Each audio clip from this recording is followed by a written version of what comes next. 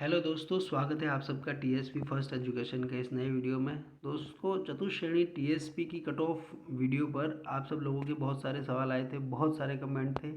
बहुत सारे लोगों के कमेंट्स तो व्यक्तिगत थे कि उनके इतने नंबर आ रहे हैं, उनका होगा या नहीं होगा, अलग अलग कैटेगरी में थे। लेकिन कुछ सवाल ऐसे थे जो कॉमन थे सब कैंडिडेट के, जो है जानने की इच्छा है कि इनमें क्या होगा।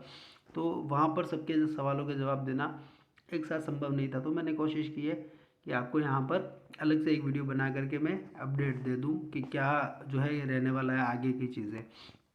तो सबसे पहले हम यहाँ पर बात करेंगे रिज़ल्ट पर। देखिए, रिज़ल्ट बहुत सारी भर्तियों के लिए अटकाया जा रहा है। जिनके अच्छे मार्क्स आ रहे हैं वो तो चाहते हैं कि जल्दी से आए, और उनके साथ उनको लग भी रहा है कि गलत हो रहा है कि बाकी भर्तियों के चक्कर में हमारा रिज़ल्ट क्यों अटकाया जाए। और जिनके कम मार्क्स आ रहे हैं वो चाहते हैं कि थोड़ा लेट सही, लेकिन रिज़ल्ट आए तो हमारा भी नाम उसमें हो। तो ये दोनों चीज़ें हैं। यहाँ पर ज़रूरी है कि नीचे वाले कैंडिडेट का चयन हो, इसीलिए आप सबको धैर्य रखना चाहिए। सबका काम होना चाहिए, सबको नौकरी मिलनी चाहिए, क्योंकि बाकी फिर लेट हो जाएगा, बहुत सारे पद बिगड़ जाएंगे और नुकसान ही होगा इससे। दूसरा है कि ज्वाइनिंग कब तक होगी। यहाँ पर ज्वाइनिंग और रिज़ल्ट दोनों कब तक होंगे, इस पर बात करेंगे। नॉर्मलाइजेशन प्रभाव, सबसे बड़ी चिंता का विषय जो है वो ये है कि बच्चों का कि क्या होगा इसमें। तो इस पर विस्तार से बात करेंगे कि असल में कैसे चीज़ें काम करती है, कौन सी शिफ्ट हार्ड थी, कौन सी इजी थी। इस पे ज़्यादा जो है विचार तो नहीं होगा, लेकिन फिर भी हम बात करेंगे कि किस तरीके के जो है नॉर्मलाइजेशन होगा और कितना नुकसान कितना फ़ायदा यहाँ पर हो सकता है। यहाँ पर एक जो कमेंट आया था बार बार कि कम क्यों जाएगी कट ऑफ। कुछ लोग इस बात पे भरोसा नहीं कर रहे हैं कि मैंने जो कट ऑफ बताई थी वो जाएगी। उसका कारण उनका अपना व्यक्तिगत कुछ हो सकता है। उनका एक अनुमान हो सकता है कि भाई इतनी कम तो कैसे जा सकती है, तो उस पर भी बात करेंगे कि कम क्यों जाएगी कट ऑफ। दूसरा, ये एक अंतिम सवाल जो यहाँ पर है वो है कि टीएसपी में पदों की वृद्धि होगी या नहीं होगी। तो इस पर भी बात करेंगे कि टीएसपी में क्या सिनेरियो बनेगा पद वृद्धि का। दोस्तों, टीएसपी फर्स्ट एजुकेशन केवल टीएसपी के बच्चों को समर्पित है। बाकी लोग टीएसपी की कट ऑफ बता देंगे, लेकिन यहाँ पर सिर्फ कट ऑफ नहीं जाएगी, हर चीज़ पे आपकी अलग से बात होगी। टीएसपी से रिलेटेड हर जो बिंदु पर है विस्तार से बात करने की कोशिश रहती है मेरी। तो चलिए हम शुरू करते हैं वीडियो। आज आपको ये समझ में आ गया होगा कि हम इस वीडियो में किन चीज़ों पर बात करने वाले हैं। सबसे पहले हम बात करेंगे इन मुद्दों पर कि जो है भर्ती से संबंधित प्रमुख बिंदु, रिजल्ट और ज्वाइनिंग कब तक आएगी, नॉर्मलाइजेशन का कितना प्रभाव पड़ेगा, कट ऑफ कम क्यों बताई, और टीएसपी में पदों की वृद्धि का क्या सिनेरियो बनेगा। चलिए शुरू करते हैं वीडियो। ये बात हम पहले भी कर चुके थंबनेल में। तो रिजल्ट और ज्वाइनिंग कब तक। देखो दोस्तों, सबसे पहले मैं इधर बात करूँगा कि लाइब्रेरियन का रिज़ल्ट की डेट जो है वो पहले, ये पिछले वीडियो में भी मैं बात कर चुका हूँ, लेकिन एक बार इस पर बात कर लेते हैं कि दिसंबर में जो है 3 परिणाम आने हैं, लाइब्रेरियन, पटवारी और वीडियो। डेट आप देख सकते हैं, इसके आसपास इनका रिजल्ट आ जाएगा। चतुश्रेणी के लिए जो है 15 जनवरी की डेट जो है मैंने अपने वीडियो में बताई थी, और उसी के 1 घंटे बाद जो है कर्मचारी चयन बोर्ड के जो अध्यक्ष हैं आलोक राज जी, उनका ट्वीट आ गया कि चतुश्रेणी भर्ती परीक्षा परिणाम की प्लानिंग इनकी किस तरह की है। ऑब्जेक्शन नवंबर के अंत तक लेंगे, यानी कि जो ऑब्जेक्शन के लिए इन्होंने डेट दे रखी थी उनको कैंसिल करवा करके अब नवंबर के अंत तक वापस से नए ऑब्जेक्शन की डेट डाली जाएगी, जिस पर प्रश्नों पर आपत्ति आपको लगानी हो तो आप यहाँ पर प्रश्नों पर आपत्ति लगा सकते हैं। दूसरा बिंदु इनका है कि दिसंबर अंत तक ऑब्जेक्शन का निस्तारण किया जाएगा। ये इनके बोर्ड का अंदर का मामला है कि इनका ऑब्जेक्शन लेने के बाद ये दिसंबर के अंत तक उन ऑब्जेक्शन पे काम करेंगे, उनका निस्तारण करेंगे। और उसके अलावा फिर बात करते हैं 3 जनवरी, माफ़ कीजिएगा, 3 जनवरी 2026 में यहाँ पर नॉर्मलाइजेशन होगा, और उसके बाद प्री डीवी का रिजल्ट का प्रयास हमारा रहेगा। ये कह रहे हैं कि 15 जनवरी प्लस माइनस 15 दिन। तो दोस्तों, बड़ा परिणाम है, 53,000 बच्चों का इनको डीवी का रिजल्ट निकालना है, उसमें नॉर्मलाइजेशन की प्रक्रिया करनी है। तो ये कह सकते हैं अपन कि ये इन्होंने जो प्लस माइनस 15 दिन लिखा है, उसका अर्थ ये हुआ कि -15 दिन तो आप भूल जाइए, 15 जनवरी से पहले परिणाम की कोई संभावना नहीं है। +15 दिन ये बोला है, तो ये इसको 30 जनवरी तक भी ले जा सकते हैं, यानी कि जनवरी के अंतिम सप्ताह में भी ये रिजल्ट को दे सकते हैं। तो यहाँ पर पूरी संभावना है कि आपका रिजल्ट जनवरी महीने के 15 जनवरी के बाद, या 15 जनवरी या 15 जनवरी के बाद कभी भी यहाँ पर आ सकता है।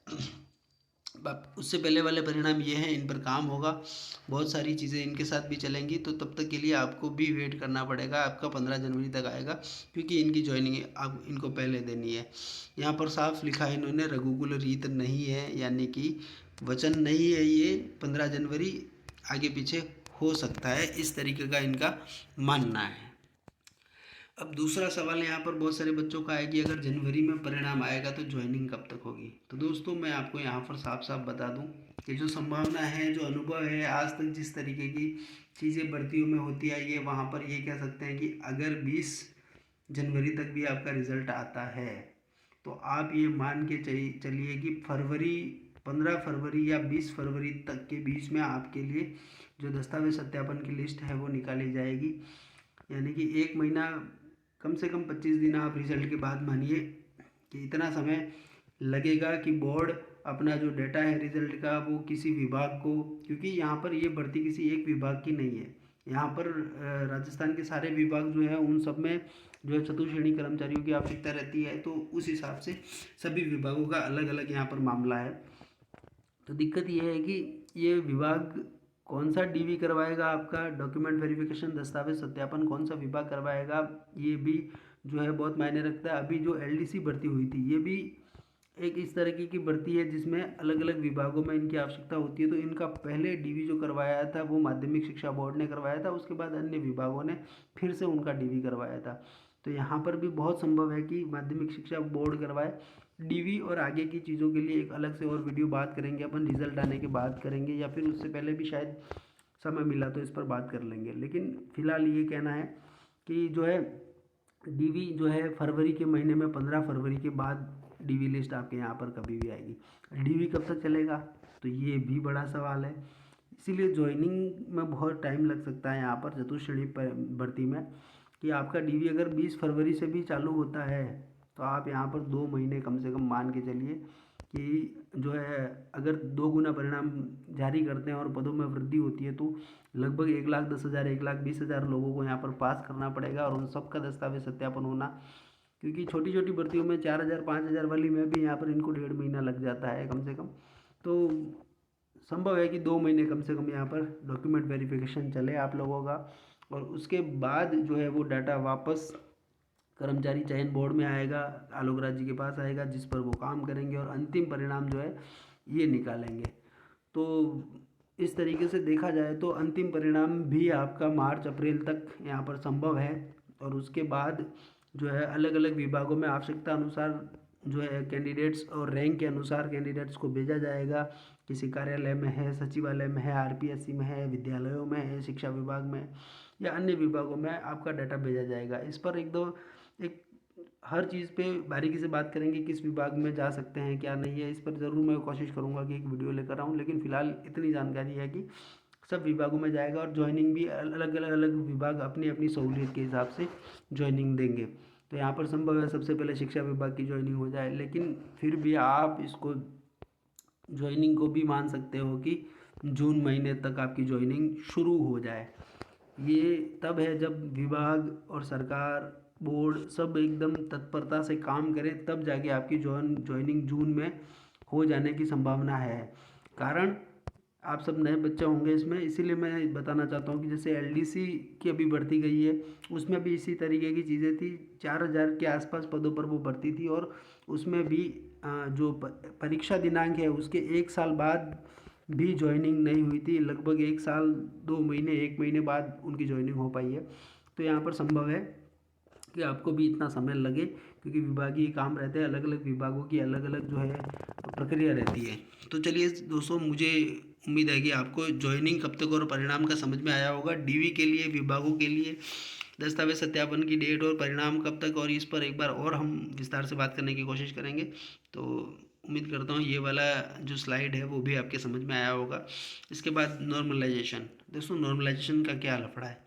नॉर्मलाइजेशन का लफड़ा ये है कि जो पहले मीन बेस फार्मूला था वहाँ पर सभी शिफ्टों का जो कॉमन एवरेज आता था उसको निकाल के, और फिर दूसरी शिफ्टों के जिसके कम होते थे उनके बढ़ा देते थे, और जिसके ज़्यादा होते थे उसके घटा करके एक मीन पे, एक एवरेज पे उन सब शिफ्टों को लाया जाता था, जिसमें भारी जो है अंतर देखने को मिलता था और लोगों का नुकसान होता था। यहाँ पर पशु परिचर में हाल ही में हुआ है, उससे पहले भी बहुत सारी भर्तियों में हुआ है। शुरुआत इसकी पटवारी 2021 से हुई है और उसके बाद इन्होंने जो है इक्वी परसेंटाइल फार्मूला जो है वो लाए हैं। तो उसमें उनका कहना है कि जो है बहुत कम जो फ़र्क आ रहा है शिफ्टों में।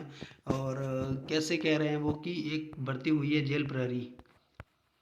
जेल प्रहरी जो भर्ती हुई है उसमें इन्होंने कहा है कि हमने वो फार्मूला किया है, लेकिन वहाँ पर 2 से 3 नंबर का ज़्यादा से ज़्यादा फ़र्क आया है दोनों शिफ्टों में। तो ये उम्मीद की जा रही है कि अब ऐसा नहीं होगा। तो पटवारी का जो रिजल्ट आने वाला है यहाँ पर, उसमें जो इक्वी परसेंटाइल फार्मूला है उस हिसाब से आएगा। तो आप उस रिजल्ट को देखकर भी अनुमान लगा सकते हैं कि कितने नंबर बढ़ रहे हैं इस फार्मूले से और कितने कम हो रहे हैं। यहाँ पर एक सवाल था प्रश्न वाले का, जो होगा क्या सिलेक्शन, क्योंकि अब इसमें क्या था कि अंतिम आंसर किससे होगा सिलेक्शन। ये मैंने क्यों लिखा है, क्योंकि 60 प्रश्न वाला है। मैंने कट ऑफ जो बताई थी वो जनरल मेल की टीएसपी से 60 प्रश्न बताई थी दोस्तों। तो 60 प्रश्न वाला जो है उसका सिलेक्शन होगा कि नहीं होगा। तो 6 शिफ्टें थी, 6 शिफ्टों में जिन जिन के 60 प्रश्न सही हो रहे सबका सिलेक्शन होगा, ऐसा संभव नहीं है। पहला कारण नॉर्मलाइजेशन दोस्तों, यहाँ 60 वाले का अगर पेपर इजी रहेगा तो इनके 4 नंबर कम भी हो जाएंगे, या इससे ज़्यादा या इससे कम कम होंगे, लेकिन कम होंगे। जिनका पेपर हार्ड रहेगा या वो फॉर्मूला किस तरीके से काम करता है कि शिफ्ट को हार्ड मानता है, तो वहाँ पर 2-4 नंबरों का फेरबदल होगा। दूसरा फेरबदल कैसे हो सकता है कि अभी आंसर की जो आई है उसके हिसाब से किसी के 60 प्रश्न सही हो रहे हैं, और जब आपत्तियां लगेंगी उसके बाद अगर किसी प्रश्न का उत्तर बदलता है और कोई प्रश्न डिलीट हो जाते हैं, तब भी यहाँ पर फेरबदल होगा नंबरों में। इसीलिए जब तक अंतिम परिणाम नहीं आता आप नहीं कह सकते कि आपके केवल एकदम परफेक्ट 60 प्रश्न सही है और आप 60 प्रश्नों पे आपके जो नंबर है वो 100 नंबर आपके बन रहे हैं। कारण यही है कि नॉर्मलाइजेशन और जो प्रश्नों का डिलीट होना और आंसर का बदलना है ये बहुत इफ़ेक्ट कर देता है अंतिम परिणाम में। तो आपको जो अच्छा स्कोर हो रहा है उनको तो कोई डर नहीं है, लेकिन जो 60 पे हैं उनको जो है अब यहाँ हमारी बहुत बड़ा दुर्भाग्य है कि परीक्षा देने के बाद अच्छा परिणाम होने के बाद भी 60 प्रश्न जिसके सही हो रहे हैं वो भी जो है अंतिम परिणाम तक श्योर नहीं होता कि उसका होगा कि नहीं होगा। तो इसीलिए अब आप ईश्वर से प्रार्थना करें कि आपके जो 60 प्रश्न सही हो रहे हैं उसमें कोई फेरबदल नहीं हो, नॉर्मलाइजेशन का वो नुकसान नहीं हो तो फ़ायदा हो, अंतिम आंसर की जब बदलती है तब भी आपको फ़ायदा हो। तो ऐसी चीज़ें हैं। यहाँ पर दिक्कत ये आती है अंतिम आंसर की में कि आपके अगर 4 सवाल सही हो रहे हैं, कोई टिक करके आए हो आप, और उसमें से 2 सवाल गलत हो जाते हैं या फिर 4 के 4 गलत हो जाते हैं, इन पे आपत्ति लगती है इन चारों पे और वो गलत हो जाते हैं, तो वो आपकी जो काउंटिंग है प्रश्नों की उसमें से माइनस हो जाते हैं और उसका आपको नुकसान सीधा सीधा होता है। कभी कभी ऐसा भी होता है कि कोई प्रश्न आप नहीं करके आए हो या फिर आपका गलत हो गया है, तो वो भी सवाल यहाँ पर सीधा सीधा सही हो जाता है। अगर आंसर बदल जाता है या फिर डिलीट हो जाता है तब भी आपको इसका फ़ायदा होता है, तो आप यहाँ से बढ़ जाते हैं। तो ये जो है रहता है पूरा सिस्टम है एक तरह का। तो ये तो दो बातें हो गई कि 60 प्रश्न वाला का क्या होगा, तो उसे वेट करना होगा अंतिम परिणाम तक, जब तक नॉर्मलाइजेशन और जो है आंसर की अंतिम आंसर की यहाँ पर नहीं आ जाती। शिफ्ट सरल और हार्ड दोस्तों, यहाँ पर सरल और हार्ड के लिए तो आपने बहुत सारे वीडियो देखे होंगे, कौन सी शिफ्ट हार्ड थी कौन सी सरल थी। मेरा पर्सनल व्यक्तिगत बताऊँ तो मैं 19 तारीख की जो फर्स्ट शिफ्ट थी, सबसे पहली फर्स्ट शिफ्ट इस पेपर की, इस परीक्षा की जो पहली शिफ्ट थी वो इजी थी। यहाँ पर गणित का लेवल भी बहुत इजी था और उसके अलावा बाकी सब्जेक्ट तो इजी था। तो इसीलिए यहाँ पर 19 तारीख की जो फर्स्ट शिफ्ट है उनका जो है मार्क्स घटने की पूरी संभावना है कि नॉर्मलाइजेशन में उनको नुकसान हो जाए। और 20 तारीख की जो शाम की फोर्थ शिफ्ट है, ये पेपर मैंने व्यक्तिगत देखा है फोर्थ शिफ्ट वाला, और इसीलिए कह रहा हूँ मैंने डीप इसका स्टडी किया है और ये पेपर बाकी पेपरों से बहुत ज़्यादा हार्ड था और इनको यहाँ पर फ़ायदा होगा। अगर वो लोग 58 या इससे कम सवालों पर भी हैं तो संभावना है कि उनका सिलेक्शन यहाँ पर हो जाए। तो उम्मीद करता हूँ कि आपको ये जो है पूरा फंडा समझ में आया होगा कि किस तरीके का नॉर्मलाइजेशन होगा। और जो 60 या फिर बॉर्डर लाइन वाले हैं, जो बॉर्डर लाइन पे जो मैंने कट ऑफ आपको पहले बताई है उसके हिसाब से देख लीजिएगा आप। दोस्तों कट ऑफ कम क्यों बताई, अब मैं इस पे बात करूँगा क्योंकि बहुत सारे लोगों ने कमेंट बॉक्स में सवाल उठाए हैं कि कट ऑफ इतनी कम नहीं जाएगी। दोस्तों ऐसा है कि हमारे हिसाब से चीज़ें काम नहीं करती, हम क्या कहते हैं वो मैटर नहीं करता। मैटर करता है कि तथ्य क्या है और असल में जो है सिचुएशन क्या है, किस तरीके की भर्ती है, कौन लोग ज्वाइन करेंगे, कितने पद हैं, बहुत सारी चीज़ें मैटर करती है। देखो, मैंने तो आपको बताया 3432 पद। 3432 पद में मैंने कहा था कि ये लोग तो हैं जो टॉपर हैं भाई साहब, और ये दूसरी भर्तियों में जाएंगे, सीधा बात है, इन पर कोई रोक नहीं है, इनको कोई रोक नहीं रहा, ये आ ही नहीं रहा आपके चतुर्श्रेणी भर्ती में। दूसरा, कमेंट बॉक्स में एक दो दोस्तों ने और ये मुझे बताया कि एलएसए के 320 पद है जो पशुधन सहायक भर्ती है, विद्युत में 185 पद है। ये मैंने कहा था आपको कि कुछ ऐसी भर्तियाँ और है, और आरपीएससी की भी कुछ भर्तियाँ हैं, और 200-300 लोग तो ऐसे ही ज्वाइन नहीं करेंगे। लेकिन ये हो सकता है कि ज़्यादा हो जाए आंकड़ा, 100 लोग तो मानो टीएसपी में जो लोग नहीं ज्वाइन करेंगे, ठीक है। तो उस हिसाब से आप देख रहे हो कि आधे लोग तो नहीं ज्वाइन कर रहे, ये बात तो साफ यहाँ पर है। और आधे में से कौन, आधे आधे में से 48% के आसपास लोग टॉपर है। तो ये हवा में बात नहीं है कि कट ऑफ कम जाएगी। इतने लोग अगर निकल गए तो धड़ाम से नीचे वाले लोगों का नंबर आएगा, ऐसा साफ यहाँ पर नज़र आ रहा है। दूसरा, मैं एक एग्जांपल देना चाहता हूँ। वीडियो टीएसपी सामान्य मेल 2021 वाली जो वीडियो भर्ती थी यहाँ पर, 2021 की जो वीडियो भर्ती थी यहाँ पर, उसके सामान्य मेल जो है अपने टीएसपी का जनरल मेल जो है, उसके पद कितने थे, 303। पेपर का लेवल मैं मानता हूँ कि वहाँ पर अच्छा था, और कट ऑफ थी 52%। 303 पदों के लिए यहाँ पर 52% कट ऑफ है, और चतुश्रेणी में पदों की संख्या जनरल मेल के 2034 है। तो 600 से 700 जिसमें से नॉन डीवी है, कम से कम मानो तो 500 लोग तो ज्वाइन नहीं करेंगे जो टॉपर हैं। तो आप कैसे कह सकते हो कि इसमें ये जो कट ऑफ मैंने बताई है वो नहीं जाएगी, ज़्यादा जाएगी। और एक चीज़ मैं आपको और बता दूं कि आपने कहीं देखा होगा कि मिनिमम पासिंग मार्क्स 40% है, एसटी के लिए 35% है। तो साहब ये फॉर्मूला अपने टीएसपी में लागू नहीं होता। टीएसपी में इस पर कोई भी चीज़ काम नहीं करती। टीएसपी में करेंगे, मैं पूरी तरीके से इस बात का समर्थन करता हूँ कि चतुर्श्रेणी भर्ती में हर उस बंदे को मौका मिलना चाहिए जो अपने आप को थोड़ा सा डिसिप्लिन रख पाया है, उसने थोड़ी सी पढ़ाई की है और वो किसी प्राइवेट नौकरी में है, बहुत ज़्यादा संघर्ष कर रहा है लाइफ में, उस व्यक्ति को ये नौकरी मिलनी चाहिए। जिनके पास संसाधन है, जो बड़ी बड़ी कोचिंगों में पढ़ाई कर ली है उन्होंने, उनके लिए ये भर्ती नहीं है, और उन लोगों को यहाँ पर डीवी भी नहीं करवाना चाहिए। ये अगर कोई इस वीडियो को देख रहा है, इस तरीके का कैंडिडेट जिसके सुख सुविधा है, जिनके संसाधन इतने अच्छे हैं, और वो लोग अगर 1 महीना 2 महीना करके इस नौकरी को छोड़ना चाहते हैं तो कृपया ऐसा ना करें। बहुत सारे बच्चे जो हैं वो मुश्किलों में हैं, गरीब परिवारों से हैं, जिनकी उम्मीद है कि उनका इस बार इस भर्ती में तो कम से कम हो जाएगा। तो ऐसे लोगों के लिए अपना जो है डीवी ना करवाएं, छोड़ दें अपने जो पद है इसको। और इसके अलावा आप किसी भी भर्ती में तैयारी कर रहे हैं तो आपका सिलेक्शन वैसे ही हो जाएगा, अच्छे संसाधन है। और आपके सिलेक्शन अगर नहीं भी होता तब भी आप इस नौकरी को अपनी जो सामाजिक प्रतिष्ठा है उसके बराबर अगर नहीं मानते हैं तो फिर 1 महीने 2 महीने के लिए कृपया इस नौकरी को ज्वाइन नहीं करें। बहुत ज़रूरी है कि आप इस बात पर विचार करें। तो चलिए हम आगे बात करते हैं। ये मैंने बताया कि कट ऑफ कम क्यों जाएगी, 100% कट ऑफ कम जाएगी, जो मैंने बताई है वो तो जाएगी। और वेटिंग लिस्ट आते आते आपको 2-3 नंबर और यहाँ पर कम देखने को मिल जाएगी। अपन 98 97 पर टीएसपी जनरल मेल का सिलेक्शन हो जाएगा वेटिंग आते आते। तो चलिए आगे बात करते हैं दोस्तों। पद वृद्धि, टीएसपी में पद वृद्धि का क्या मसला है। तो मैं एक आपको सिंपल सी बात बता दूंगा, इस पे अपन बाद में बात करेंगे। एक सिंपल सी बात ये बताना चाहता हूँ कि पद वृद्धि का जो मैटर है वो ये है कि टीएसपी में अपने को केवल आरक्षण मिला हुआ है कि हमें भर्तियों में आरक्षण है, पदों को लेकर कोई भी कन्फ्यूज़न नहीं है। पदों को लेकर कन्फ्यूज़न इस तरीके से नहीं है दोस्तों कि शिक्षा विभाग जो है उसके विद्यालय जो है वो पर्याप्त संख्या में है, जैसे नॉन टीएसपी में है वैसे टीएसपी में है।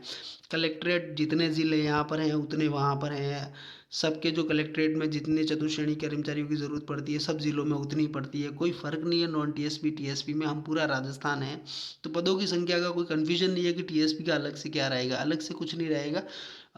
जब विभागों पे प्रेशर पड़ेगा, उनको लगेगा कि चतुर्श्रेणी में हमें पदों की संख्या बढ़ानी है, तो वो जब डाटा मांगेंगे विभागों से, शिक्षा विभाग से, अपने शिक्षा विभाग में कि किन स्कूलों में अभी भी ज़रूरत है चतुश्रेणी कर्मचारियों की और बाकी जो विभाग है उसमें ज़रूरत है, तो उसके हिसाब से डाटा जाएगा। तो जितने अपने पद खाली होंगे टीएसपी में, अपना भी डाटा उतना का उतना जाएगा, इसमें कोई फ़र्क नहीं। नॉन टीएसपी में जितने भी पद बढ़ेंगे उसका 15 से 20% आप मान के चल सकते हो। अब नॉन टीएसपी में कितने बढ़ने की बात हो रही है वो आप सबको पता है, सोशल मीडिया पे सारी चीज़ें अवेलेबल है। फिर भी मैं कह सकता हूँ कि अगर 5,000 पद बढ़ते हैं, क्योंकि कल हनुमान किसान का ट्वीट था जिस पर हम बात भी करेंगे अभी, कि 61,000 के आसपास या 60,000 का उसका जो है पहले घोषणा की, अब 53,000 पे हो रही है, तो 7,000 भी बढ़ सकते हैं। लेकिन अगर मिनिमम अगर 5,000 पद बढ़ते हैं तो टीएसपी को इसमें 750 से 900 पद टीएसपी को प्राप्त होंगे टोटल। इसमें कैटेगरी वाइज डाटा अलग अलग होगा। अब 900 मिलते हैं तो आप देख लीजिए कि अपनी कैटेगरी में अपने को कितना मिलता है। तो 50% जनरल को जाएगा, 45% एसटी को जाएगा और 5% एससी को जाएगा टीएसपी में। अपना आरक्षण ये है टीएसपी में, सीधी बात। और अगर 900 आते हैं तो 450 तो सीधे सीधे आपको जनरल कैटेगरी वालों को मिल जाएंगे। 45% 450 के आसपास ही, थोड़े से 400 के आसपास ही एसटी को मिल जाएंगे। उसी तरीके से अगर 10,000 पद बढ़ते हैं तो 1,500 से 1,800 पद यहाँ पर जो है टीएसपी को मिलेंगे। तो टीएसपी का ये जो है वो अनुमान मैंने कुछ भर्तियों में पदों की संख्या के हिसाब से लगाया है। ये वाला जो अनुमान है मैंने पदों की संख्या के हिसाब से लगाया है, इसीलिए आप इस पर मत जाइए कि टीएसपी में कितने बढ़ेंगे। अगर राजस्थान में पद बढ़ेंगे तो टीएसपी में भी पद बढ़ेंगे, इसमें कोई अलग से वो वाली बात नहीं है। आप सबको सबके साथ रहना होगा इस मामले में, पूरा राजस्थान एक साथ होना चाहिए। नॉन टीएसपी टीएसपी का कोई भी मामला नहीं है।